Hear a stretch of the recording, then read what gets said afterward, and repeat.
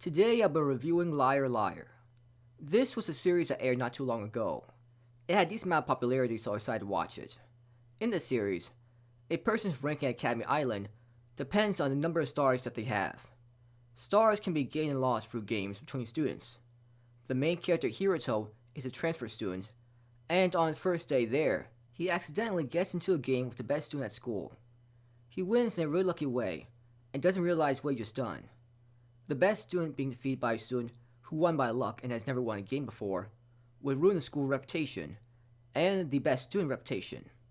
That student being a girl named Sayonji. In order to avoid this problem, Hiroto has to live a lie and pretend he has 7 stars and is the best student at school.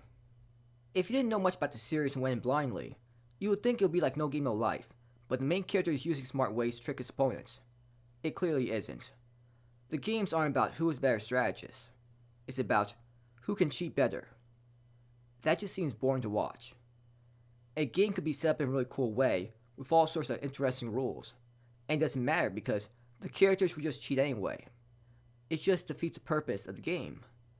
The games are pretty much one character saying, I won through this way of cheating, but the other character is saying, not so fast. I use this better way of cheating to override your cheating. It just feels ridiculous, and it really does make the games feel pointless. It's all about who would think by the most absurd way to cheat. It's like watching people play online games and win through cheating. How is that fun?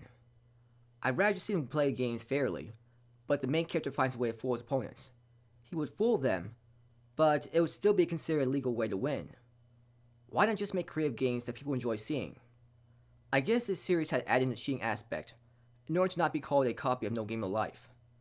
But as long as you put in unique aspects that separate itself from series like that, you don't have to worry about being called a ripoff. The games themselves were boring to watch as well. It was just boring watching characters play a card game at times. This isn't Yu-Gi-Oh after all.